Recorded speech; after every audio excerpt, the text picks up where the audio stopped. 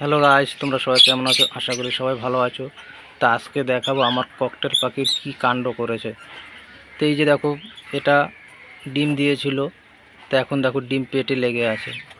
কি কারণে লেগে আছে? এদেরকে বক্স দিয়েছিলাম, বক্সে এরা ডিম দিয়েছিল, ডিম দেওয়ার পর ডিমগুলো ফেটে গেছে, তারপরে দেখো পেটে লেগে আছে।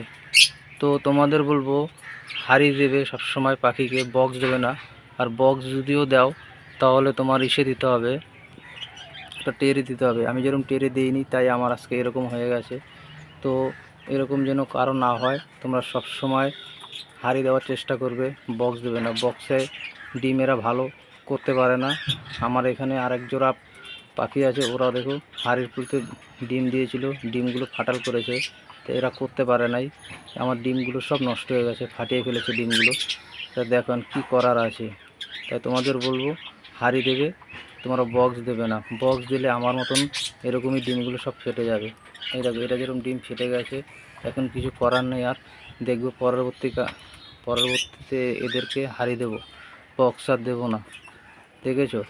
আর আরেকটা ডিম ওইখানে আছে, তোমাদেরকে দেখাচ্ছি। এই দেখো, এই ডিমটাও ফেটে গেছে। দুটো ডিম একসাথে ছিল, দুটো নাড়া খেতে খেতে ফেটে গেছে। ঠিক আছে, ডিমগুলো জমে ছিল, কিন্তু ডিমগুলো সব ফেটে গেছে। তো এই বক্সে দিলে এই একটা কারণ হয়, ডিম তোমার বেশিরভাগই এরা ফাটিয়ে ফেলে, ঠিক করে এরা তা দিতে চায় না। দেখো কি করেছে আমার ডিমগুলো ফাটিয়ে, দেখেছো?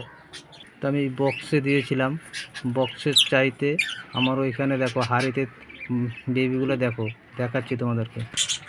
এই দেখো, সব থেকে ভালো হয় হাঁড়ি দিলে দেখো আমার বাচ্চাগুলো, দেখেছো? হাঁড়িতে সব ডিমগুলো ফাটাল করেছিল।